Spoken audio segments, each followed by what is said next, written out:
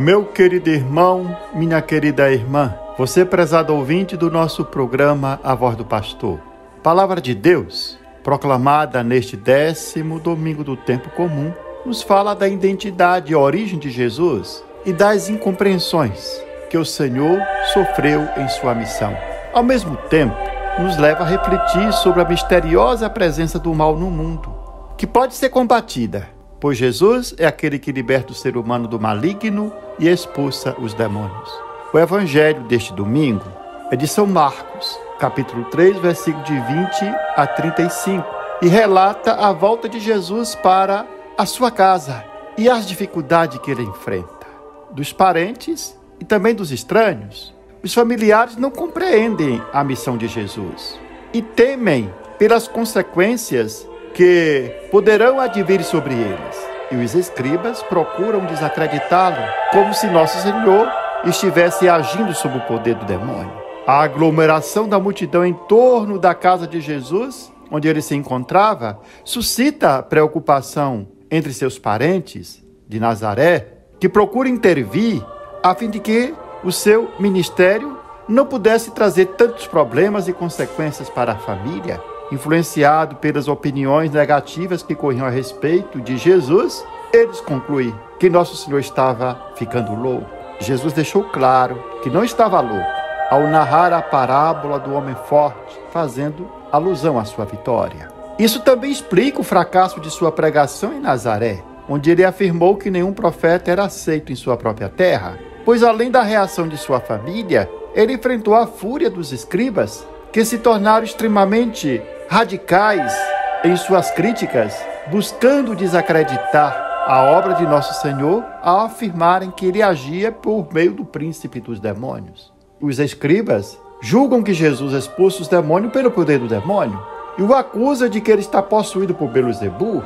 Nosso Senhor, porém, demonstra que sua atividade libertadora se opõe aos poderes do mal e que sua missão é revelar o Deus verdadeiro. Diante da acusação de que seu poder vem de Satanás, Jesus afirma ser este um insulto ao poder de Deus, um pecado contra o Espírito Santo, um profundo fechamento à ação do Espírito Santo em nós. Por isso, tal atitude de rejeição e fechamento à proposta salvífica de Deus, afirma Nosso Senhor, não tem perdão. O pecado contra o Espírito Santo não tem remissão, não porque seja mais grave do que todos os outros, mas porque em si ele inclui o fechamento, a rejeição ao perdão e exclui a possibilidade da fé e da conversão.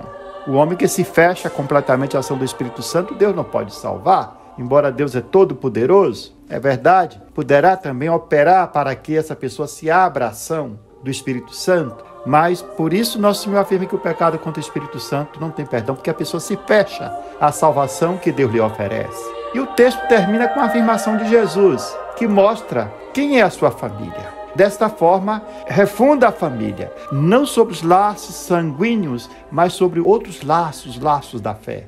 A sua família não é marcada pelo sangue, mas pela atitude de fé de quem obedece à vontade de Deus. Quando ele afirma, eis minha mãe e meus irmãos. Quem fizer a vontade de Deus, esse é meu irmão, minha irmã e minha mãe. A atitude fundamental de Jesus é a obediência à vontade de Deus, que é seu Pai. É isso que define a sua identidade. Para fazer parte da família de Nosso Senhor, é essencial ter a mesma atitude que ele tem diante da vontade de Deus. Obediência à vontade de Deus. Por isso, são membros de sua família. Quem obedece a Deus, quem faz a vontade de Deus e a coloca em prática. A mensagem do Evangelho revela, portanto, a identidade de Jesus em dois níveis. De um lado, Jesus defende-se pela total ligação a Deus e a sua vontade, a ponto de considerar a sua família quem cultivar e manter essa mesma atitude. E por outro lado, define-se pela total separação e diferenciação do demônio de Satanás. A sua missão, conforme a parábola que ele utiliza, é entrar na casa do homem forte, que é o demônio, amarrá-lo, impedindo-o de continuar a sua ação e roubar-lhe os bens, ou seja, retirar do seu poder todos os que eram sua propriedade. Primeira leitura é um texto do livro do Gênesis, o capítulo 3, versículo de 9 a 15, que faz parte do segundo relato da criação e narra de forma poética a transgressão do primeiro homem e da primeira mulher no paraíso e de como o mal entrou no mundo. A narrativa apresenta o encontro de Deus com Adão e Eva depois de eles terem comido do fruto da árvore do conhecimento do bem e do mal, da árvore da vida, transgredindo a única ordem que Deus lhes havia dado no paraíso. Pudesse comer de tudo, menos do fruto daquela árvore. O fato de o homem e a mulher terem comido do fruto da árvore do conhecimento do bem e do mal, contrariando a ordem do Senhor, quebra a harmonia existente entre o ser humano e Deus, e a harmonia que havia entre o ser humano e a criação. Essa transgressão tem consequências, que é a perda do paraíso, daquela condição ideal na qual Deus havia criado o ser humano. O relato da queda de Adão e Eva trata, portanto, do pecado original e de como o mal entrou no mundo. O autor sagrado mostra que o mal não tem origem em Deus, porque Deus criou tudo e viu que era bom, era belo e era bom. Também não tem origem no ser humano, embora o ser humano, através de suas escolhas, arcam com as consequências que essas escolhas têm. O mal tem origem fora do ser humano. O homem e a mulher fizeram mal, levados pela serpente, que é de fato a única a receber a condenação mais dura no relato da queda dos nossos pais no paraíso. Mesmo tendo desobedecido e transgredido a ordem que Deus lhes dera no paraíso, o Senhor não abandonou os nossos pais, não abandonou a criatura humana à mercê do pecado, mas toma a iniciativa de ir ao encontro do ser humano, de Adão e de Eva. Deus vai ao encontro de Adão e Eva, dialoga com eles, dialoga com o pecador e apresenta uma chance de redenção. E a promessa da redenção se realizou em Jesus, que é o descendente da mulher, aquele que esmaga a cabeça da serpente e que abre as portas do paraíso para cada um de nós. Ao mesmo tempo, de modo dramático, a narrativa do Gênesis trata de questões existenciais que o ser humano se coloca para si mesmo a respeito do sentido da vida e do problema do mal que há no mundo. Assim que o homem pecou, a primeira pergunta que Deus faz é: onde estás? Claro que essa pergunta não é para saber o lugar geográfico em que o homem se encontrava, mas a sua situação existencial depois do pecado. As transgressões, as consequências depois das transgressões não são boas.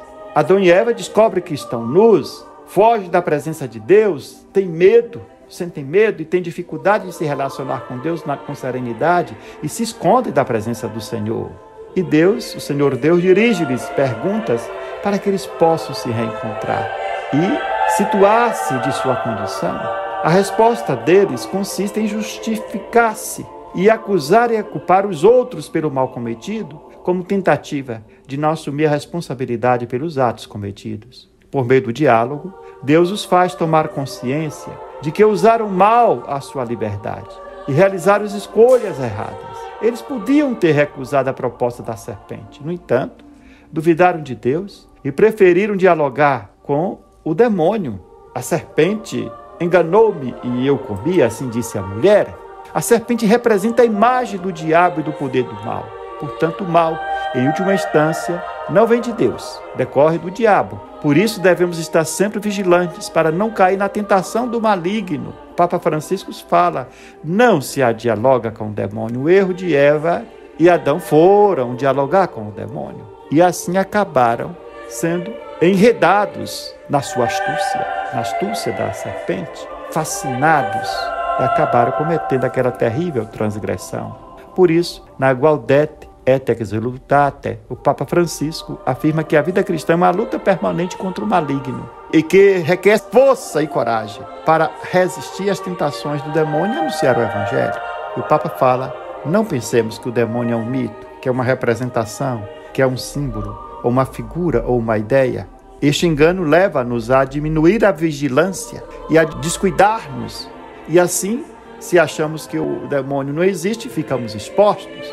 O demônio não precisa possuir alguém para mostrar sua existência, porque ele opera na vida da pessoa lentamente, vai envenenando a pessoa lentamente, com o ódio, com a tristeza, com a inveja, com os vícios. E assim, quando nós descuidamos da vigilância, ele aproveita para destruir a nossa vida, as nossas famílias, as nossas comunidades, porque, como fala São Pedro, o demônio, como o leão a rugir, anda sempre rondando, procurando a quem devorar. na segunda leitura da segunda carta de São Paulo aos Coríntios, capítulo 4, versículo 13, ao capítulo 5, versículo 1, São Paulo mostra a sua disposição de assumir em meio às tribulações do seu ministério, com total confiança em Deus e na vida eterna, e na esperança de estar unido a nosso Senhor Jesus Cristo na ressurreição final. Paulo mostra que a sua força é fruto da sua fé. Por isso, as tribulações não apagam o seu ardor missionário.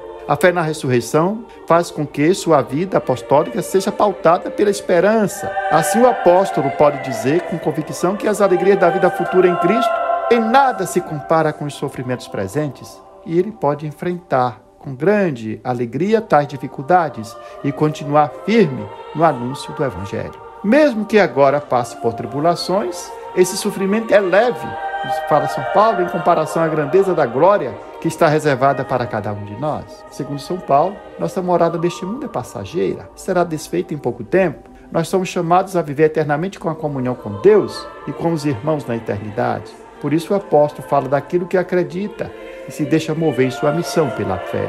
A atitude de Paulo, diante das tribulações, serve de modelo para os cristãos de todos os tempos, quando experimentam provações, sejam aquelas que vêm da missão, como aquelas que provêm das próprias circunstâncias da vida. Assim, tendo o exemplo de Paulo, que nós possamos assumir a nossa missão, mesmo em meio de compreensões ou de tribulações, com os nossos olhos fixos nas realidades do céu, com os nossos olhos fixos em nosso Senhor Jesus Cristo, que nos anima e nos fortalece em nossa missão.